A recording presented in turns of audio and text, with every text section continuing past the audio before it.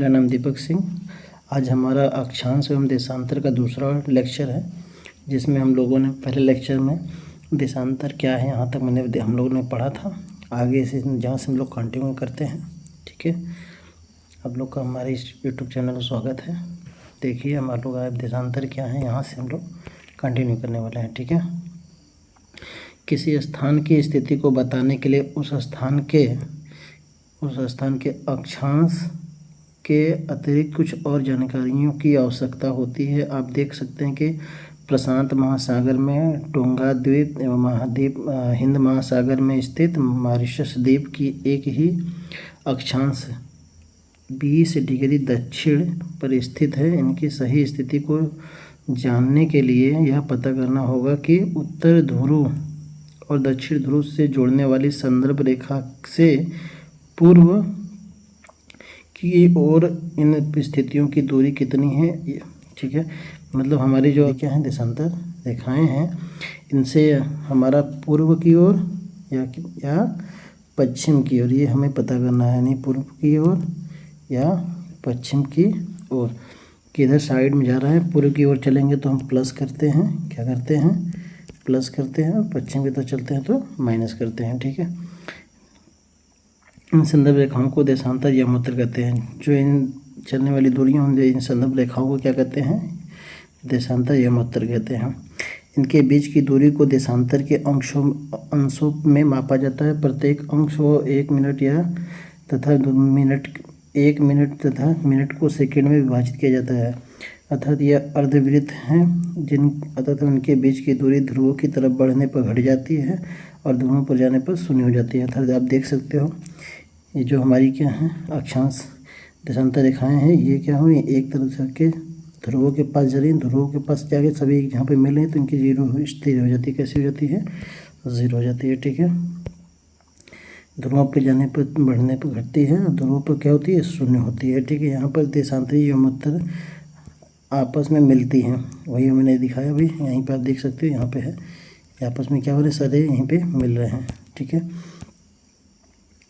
अक्षांश यानी समानांतर रेखाओं के विभिन्न देशांतर या मूत्रों की लंबाई समान होती है, इसलिए इन्हें सिर्फ मुख्य संख्याओं में व्यक्त करना कठिन था। सभी देशों ने निश्चित किया कि ग्रीनिच यानी जहाँ ब्रिटेन राज्य की वेधशाला है से गुजरने वाली यमूत्र के पूर्व और पश्चिम की ओर गिनती शुरू की जाए, उसे यमूत्र को प्रमुख यमूत्र कहते हैं। अर्थात हम जब क्या करते हैं, हमारी जो प्रयोगशाला होती है उससे क्या होती है, इस तरह से मान लेते हैं आप, इधर ये आपका वेस्ट है और आपका ये ईस्ट है। ठीक है, पश्चिम से पूर्व की ओर गिनती शुरू की जाती है और जैसे हम क्या कहते हैं, प्रमुख यमूत्र कहते हैं। माना इसका मान शून्य देशांतर, इसका मान शून्य देशांतर तथा इनके हम 180 अंश पूर्व और 180 अंश पश्चिम। अर्थात हम कह सकते हैं कि यहाँ से जो रेखाओं से 180 अंश इधर 180 अंश इधर, दोनों मिला के कितना होता है, 360। ठीक है, तो 180 पूर्व की ओर 180 अंश पश्चिम की ओर प्रमुख यमूत्र को यमूत्र 180 अंश मिलाकर पृथ्वी 2 समान भागों में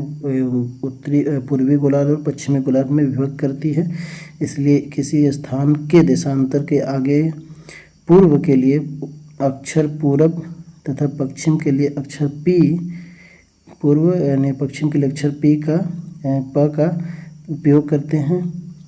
यह जानना रोचक होगा कि 180 अंश पूर्व और 180 अंश पश्चिम यमूत्र एक ही रेखा पर स्थित है। अर्थात हम जो हमारी यमूत्र रेखाएं होती हैं यानी देशांतर कह सकते हो, हमारी जो रेखाएं होती हैं उनमें 180 अंश पूर्व 180 अंश पश्चिम की और जो मैत्र रेखाएं होती है एक ही स्थान पर क्या होती हैं, स्थित होती हैं। अब गोलार्ध में अक्षांश समांतर रेखाओं को देशांतर यमूत्र पर बनी ग्रिड को देखने, अगर आपको किसी स्थिति के अक्षांश एवं देशांतर एक अक्षांश एवं देशांतर सही जानकारी होते तो ग्लोब पर आप स्थानों को पता आसानी से लगा सकते हैं। उदाहरण के लिए असम में धुबरी 26 डिग्री उत्तर अक्षांश और 90 पूर्व देशांतर पर स्थित है। असम में जो धुबरी जगह है, धुबरीगढ़ जो जगह है वो कहाँ है, वो 26 अंश अक्षांश पे है और 90 अंश पूर्व देशांतर पर स्थित है। ठीक है, अब उस बिंदु को आप देखें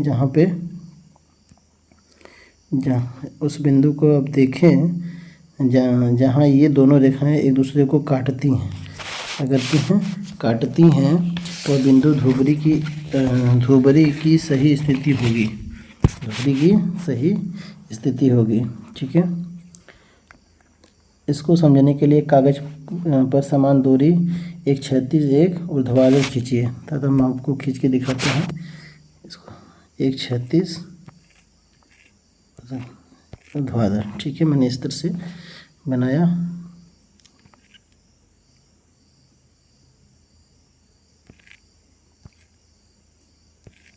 ठीक है, और इसमें अब फिर क्या करें, खींचिए। ऊर्ध्वाधर रेखाओं की संख्या 1 2 3 4 होनी चाहिए और 36 जो हुई है क ख ग घ, ये 5 अक्षरों से व्यक्त होती है। ठीक है, फिर उसके बाद जिन बिंदुओं पर ये ऊर्ध्वाधर एवं क्षैतिज रेखाएं एक दूसरे को काटती हैं, अर्थात जो हमारा ये बिंदु है, मतलब बहुत सारे जहाँ पर वो क्या कर रही हैं, इस तरह से काट रही हैं। ठीक है, काटती हैं, वहाँ कुछ छोटे वृत्त खींचिए। जैसे जो जहाँ काट रही है वहाँ पे क्या कर रहे हैं, छोटे छोटे वृत्त खींचने हैं। ठीक है, इस तरह से आप छोटे छोटे वृत्त खींच सकते हैं। ठीक है, इन छोटे वृत्तों को अवसाधारण नामों से व्यक्त कीजिए। ठीक, मान लीजिए कि ऊर्ध्वाधर रेखाएं पूर्व देशांतर एवं क्षैतिज रेखाएं उत्तरी देशांतर को व्यक्त करती है। जो ऊर्ध्वाधर रेखाएं हैं, मतलब ये जो खड़ी लाइनें हमारी हैं, ये क्या कर रही हैं, वो पूर्व देशांतरों को, और क्षैतिज लाइनें क्या करें, उत्तरी देशांतरों को, ठीक है, व्यक्त कर रही हैं। ठीक, उसके आगे के बाद हम आगे रहते हैं। अब आप देखेंगे कि आप यहाँ पे ध्यान देखिएगा, ये आपका चित्र बना हुआ है ये। ठीक है, अब आप देखेंगे कि वृत्त अ ख उत्तरी 1 डिग्री देशांतर पर स्थित है। अन्य वृत्तों की स्थिति ज्ञात कीजिए। देशांतर और समय की गणना कैसे करते हैं, देशांतर रेखाओं के माध्यम से हम आपको बता देते हैं। आप इसको ध्यान में रखिएगा, बस इसी से आपका पूरा क्लियर हो जाएगा। ठीक है, और ध्यान में रखिएगा। चलिए मैं पढ़ ही देता हूँ। समय को मापने का सबसे अच्छा साधन पृथ्वी, चंद्रमा एवं ग्रह की गति है। किसकी गति है, पृथ्वी चंद्रमा ग्रह की गति है। सूर्योदय और सूर्यास्त के प्रतिदिन होता है। स्वाभाविक है यह पूरे विश्व में समय निर्धारण के लिए सबसे अच्छा साधन है। स्थानीय समय का अनुमान सूर्य के द्वारा बनाने वाली परछाई से लगाया जा सकता है। पहले के लोग थे, उन्होंने क्या किया था, ऐसे ही वो लोग समय का मापन करते थे। ठीक है, लगाया जा सकता है। जो दोपहर में सबसे छोटी एवं सूर्योदय तथा सूर्यास्त के समय सबसे लंबी परछाई बनती है। अतः सुबह सूर्य उगता है तो हमारी लंबाई क्या होती है, लंबी दिखती है। सूर्यास्त होता है तो भी लंबी दिखती है, लेकिन दोपहर के टाइम में क्या बहुत छोटी दिखती है, क्योंकि वो सूर्य हमारे क्या होता है, ऊपर पे होता है। ठीक है, तो इसलिए ऐसा था, पहले लोग ऐसे ही पता करते थे। ग्रीनिच पर स्थित प्रमुख यमोत्तर पर सूर्य जिस समय आकाश के सबसे ऊंचे बिंदु पर होगा, उस समय यमोत्तर की स्थिति सभी स्थानों पर दोपहर होगी। चूँकि पृथ्वी पश्चिम से पूर्व की ओर चक्कर लगाती है। पृथ्वी क्या करती है हमारी, मान लीजिए पृथ्वी अगर है, पृथ्वी है तो पूर्व से क्या करती है, पश्चिम की ओर इस तरह से चक्कर लगाती है। ठीक है, फिर उसके बाद क्या लिखा है, अतः वे स्थान को ग्रीनिच के पूर्व में है। वह स्थान कहाँ, ग्रीनिच के पूर्व में है, उनका समय ग्रीनिच समय से आगे होगा।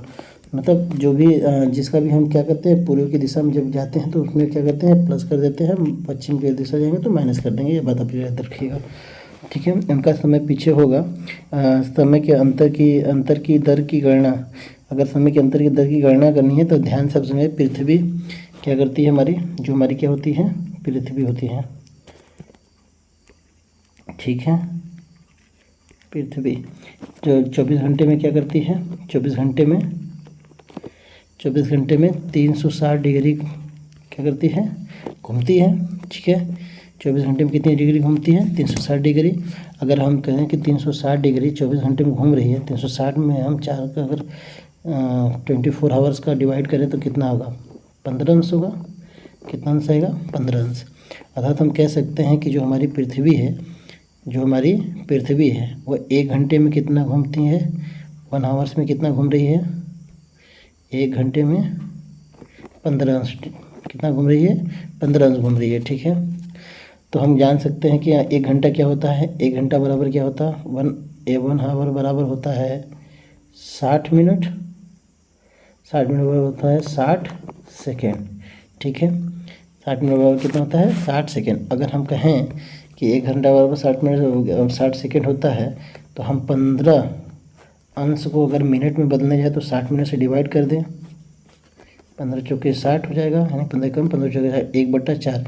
यानी जो हमारी क्या होती है, पृथ्वी होती है, जो हमारी पृथ्वी होती है वो 4 मिनट में 1 अंश घूमती है। 4 मिनट में कितनी अंश घूमती है, 4 मिनट में कितना अंश, 1 अंश घूम रही है। ठीक है, तथा हम ग्रीनिश के दोपहर के मान लेते हैं, माना हमने कि ग्रीनिश में कितना हो, ग्रीनिश में यहाँ पे आप देखिएगा, ग्रीनिश 15 घंटे में 15 4 मिनट में 1 अंश घूमती है। सारी बात यहाँ पे लिखी हुई हैं। ठीक है, तो माना जब ग्रीनिश में दोपहर के 12 बजे हो तो ग्रीनिश के 15 अंश पूर्व में समय कितना होगा। अरे अर्थात कह सकते हैं कि जो ग्रीनिश में कितना बज रहा हो, 12। ठीक है, तो 12 अगर पूर्व की बात करें तो हम कह सकते हैं जो हमारा भारत है उसमें 12 ना। ठीक है, ग्रीनिच में 12 बजते हैं तो ग्रीनिच में पूर्व में तो हम कह सकते हैं कि हमारा जो 15 अंश पूर्व में जा रहा है, तो 15 अगर 4 मिनट में कितना हो रहा है, 1 अंश है, तो 15 अंश के लिए कितना हो जाएगा, तो 15 अंश के लिए जाएगा 15 × 4, अर्थात हम कह सकते हैं कितना हो जाएगा, 15 चौके 60, यानी 60 मिनट यानी 1 घंटा। अर्थात हम जो हमारा ग्रीनिश में 12 बजता है तो हमारे यहाँ क्या बजेगा, 1 बज रहा होगा। ठीक है, कितना बज रहा होगा, 1। ठीक, अर्थात समय 1 घंटा आगे हो जाता है। वहाँ दोपहर के 12 बजे, तो पश्चिम की अगर पश्चिम की बात करें हम, तो 1 घंटा क्या हो जाएगा, पश्चिम में जा रहे हैं तो हमको मैंने भी जस्ट बताया पश्चिम में क्या होता है, माइनस हो जाता है। ठीक है, तो 1 घंटा क्या हो जाएगा, वो माइनस हो जाएगा, और पूर्व में जाएगा तो 1 घंटा प्लस 1 बज जाएगा, और यहाँ पे 11 अगर क्या हो, ग्रीनिश में 12 बज रहे हो तो। ठीक है, इसके बाद हमारा आ जाता है मानक समय। मानक समय को निर्धारित करने के लिए, ये आपका मानक समय है, आप इस बात को ध्यान रखिएगा। ठीक है, ये मानक समय निर्धारित की जा रही है। तो हमारा जो गुजरात का द्वारिका होता है उसमें, और असम का जो धुबरीगढ़ होता है, डिब्रूगढ़ में समय का लगभग 1 घंटा 45 मिनट का अंतर होता है। ठीक है, कितने का अंतर होता है, 1 घंटा 45 मिनट। कहाँ पे, गुजरात के द्वारिका और असम के डिब्रूगढ़ के स्थानीय समय का लगभग कितना होता है, 1 घंटा 45 मिनट का अंतर होता है।